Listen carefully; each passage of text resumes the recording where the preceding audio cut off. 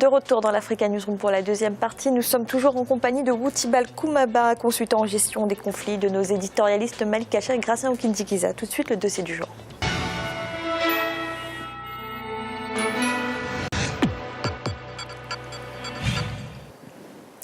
Depuis janvier 2012, le Mali affronte des groupes armés qui se sont emparés de plusieurs régions du nord du pays. Un an après, en janvier 2013, la France intervient sur demande des autorités maliennes. Aujourd'hui, en dépit de cette intervention, la situation reste précaire et la menace terroriste est désormais présente à Bamako. Un reportage de El Hadjaï et Idolette Mirabel-Bissou.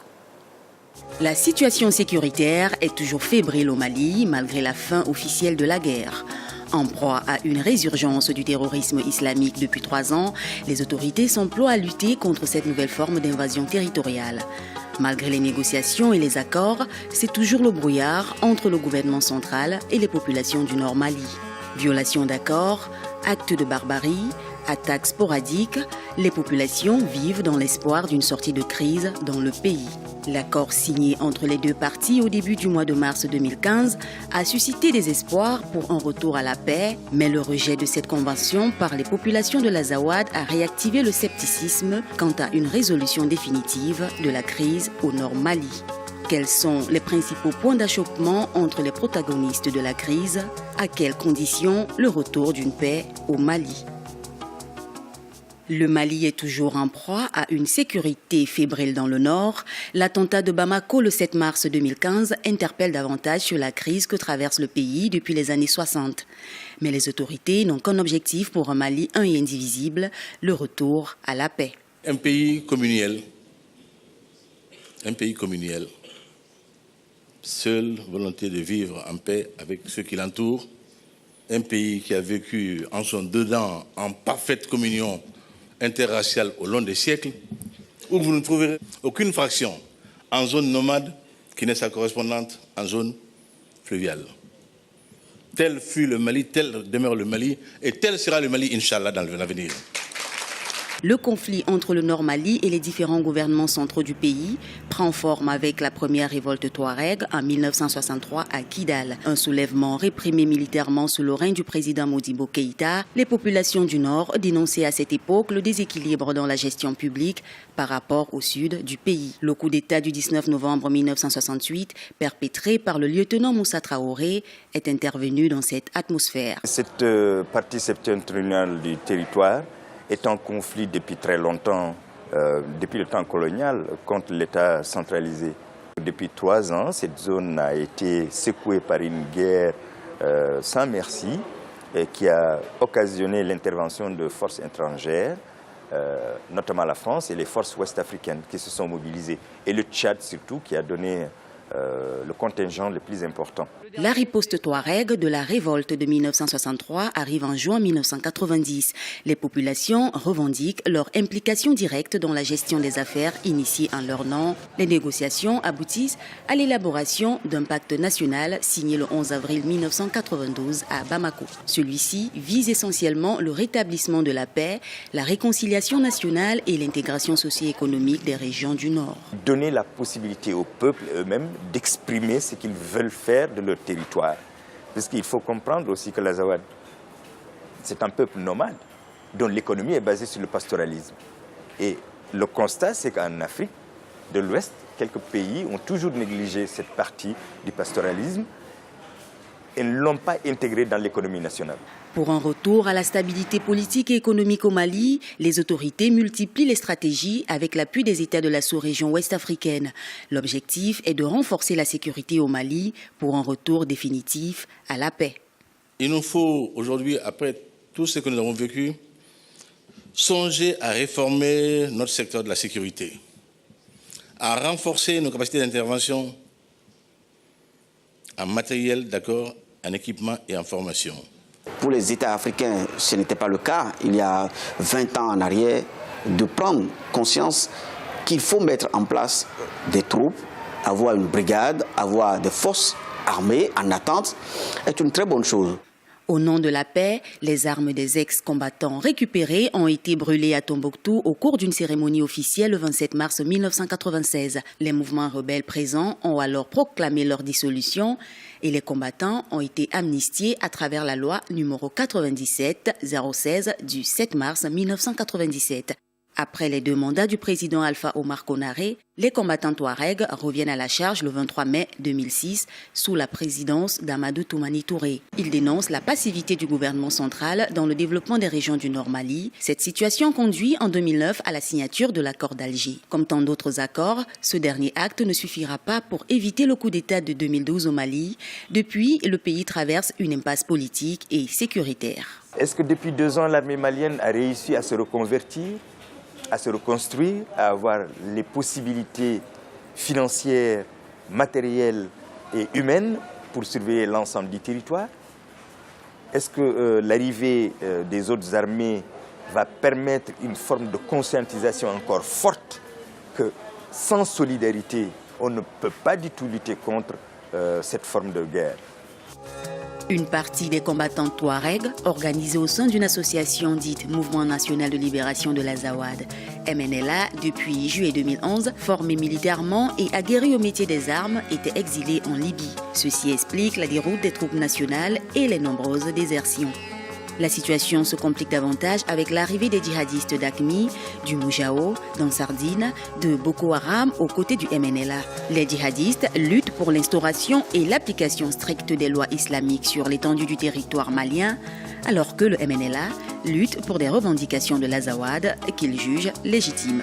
Jusqu'en 2015, les négociations pour la paix au Nord Mali, avec en scène la communauté internationale, se poursuivent. Les désaccords au sein des différents partis créent un imbroglio autour du retour à la paix, alors que le terrorisme fragilise la sous-région avec ses violences et ses morts. Outibal, d'après vous, pourquoi malgré cette intervention militaire internationale, la situation reste toujours aussi précaire au Mali ? La situation reste aussi précaire au Mali, Fanny, à cause de la complexité de la situation.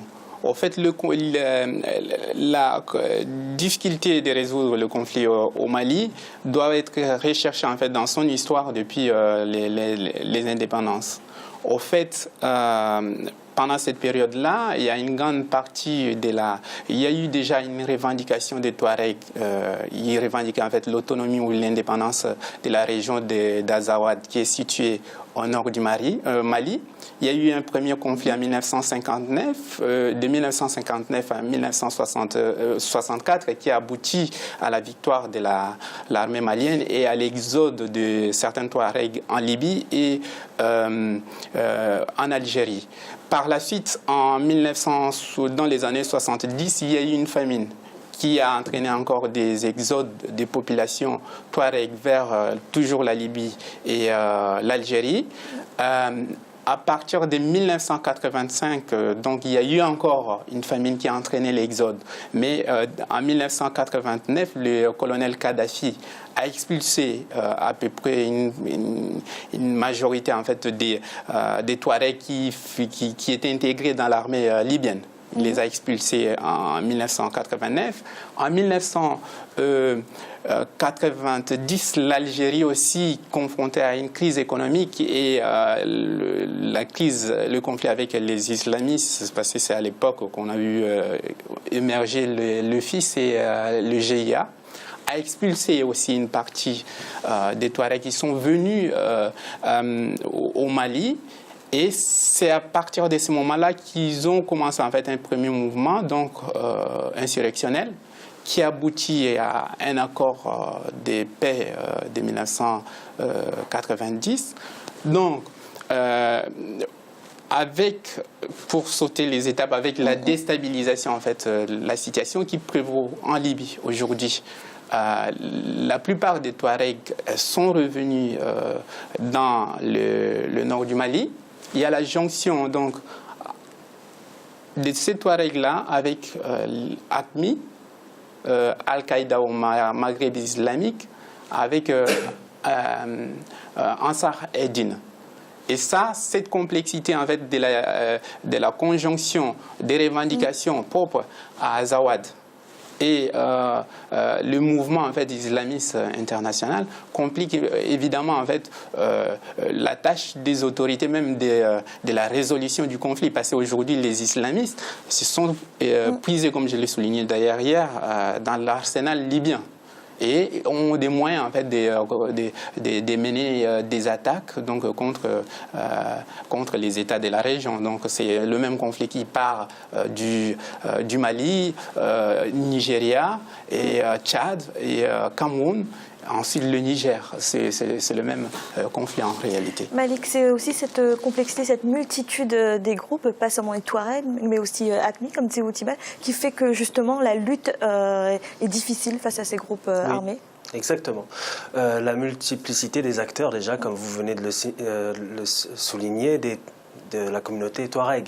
Avant, vous avez le MTNM, vous aviez le MPA, le mouvement populaire de l'Azawad. Aujourd'hui, vous avez une coordination de l'Azawad avec plusieurs structures qui ne sont pas du même avis sur la suite à donner sur le plan politique. Est-ce que l'Azawad doit être une partie autonome du Mali? Est-ce que ça doit être une partie indépendante? Est-ce que ça doit être une partie intégrée? Donc déjà, au sein de cette coordination, il y a des différences telles que le processus politique, justement, patine. Et on voit cette coordination avoir du mal à paraffer, justement, les accords d'Alger qui ont été proposés en début d'année. Il y a justement une multiplicité aussi d'acteurs sur le plan terroriste. Vous l'avez souligné. Il y a déjà les résidus, je dirais, du SPC algérien, parce que vous savez que la guerre qui a été menée en Algérie contre le terrorisme a été une guerre qui s'est faite du nord vers le sud. Les groupes terroristes étaient nombreux au nord, notamment dans les reliefs montagneux, et menaient une guérilla, mais les coups de boutoir de l'armée algérienne les a repoussés vers le sud, et dans cette conquête vers le sud, les a repoussés aux portes du Mali. Donc voilà, déjà il y a cet acteur-là. Deuxième acteur, et qui est devenu ensuite Al-Qaïda au Maghreb, il faut pas l'oublier. Ensuite, vous avez d'autres mouvements qui se sont associés, d'autres phalanges qui émanaient d'Al-Qaïda au Maghreb et qui sont devenus Ansar Eddin et d'autres groupes. Et vous avez malheureusement encore un autre groupe qui est l'État islamique et qui est actif en Libye. Donc oui, il y a une pluralité d'acteurs qui fait qu'aujourd'hui, il y a une impossibilité de résoudre ce conflit sur le plan sécuritaire dans l'immédiat. Grassin, c'est aussi la situation libyenne aujourd'hui qui continue de déstabiliser le Mali. Oui, parce que en fait, pour mener cette guerre, il faut qu'il y ait des armes. Or, on trouve facilement les armes en Libye et en même temps, on peut facilement s'entraîner en Libye parce que les forces qui sont intervenues au Mali s'arrêtent au Mali, alors que les gens qui attaquent le Mali peuvent venir de la Libye, du Mali. C'est-à-dire qu'on peut, disons, il y a les bases arrières qui sont en Libye. C'est très difficile de régler la question au Mali sans régler la question en Libye. Mais toutefois, il faut dire que pour moi, il faudrait vraiment que les autorités arrivent à dissocier les Touaregs de ces mouvements islamistes. C'est dans les négociations. On peut le faire que dans les négociations. C'est-à-dire qu'on peut lâcher beaucoup de choses vraiment pour avoir la paix. Une façon de dire on va donner quelque chose pour au moins dissocier ces Touaregs, disons, avec d'autres mouvements. Parce que c'est surtout ce qui est important au Mali, c'est d'essayer au moins d'avoir un conflit avec les Touaregs, mais qu'il n'y ait pas un mouvement comme celui qui s'est développé au Nigeria. Ça serait vraiment le pire des situations.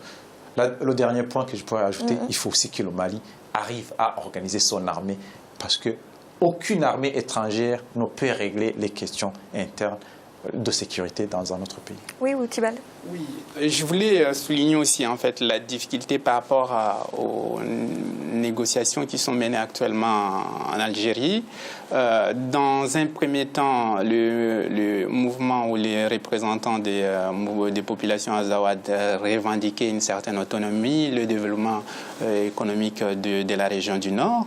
Mais là, ce matin, en regardant en fait, l'actualité, j'ai vu la coordination des mouvements azawad revendique désormais la reconnaissance d'une statut juridique, politique à cette région d'Azawad. Et en plus, ils revendiquent le fait que 80% des forces de défense et de sécurité qui doivent être redéployées sur la région doivent provenir en fait des populations azawad. Et en plus, il faudrait que l'État malien s'engage à financer pour 40% du budget d'État malien cette région du Nord pour rattraper les retards accumulés par la région depuis les années 50.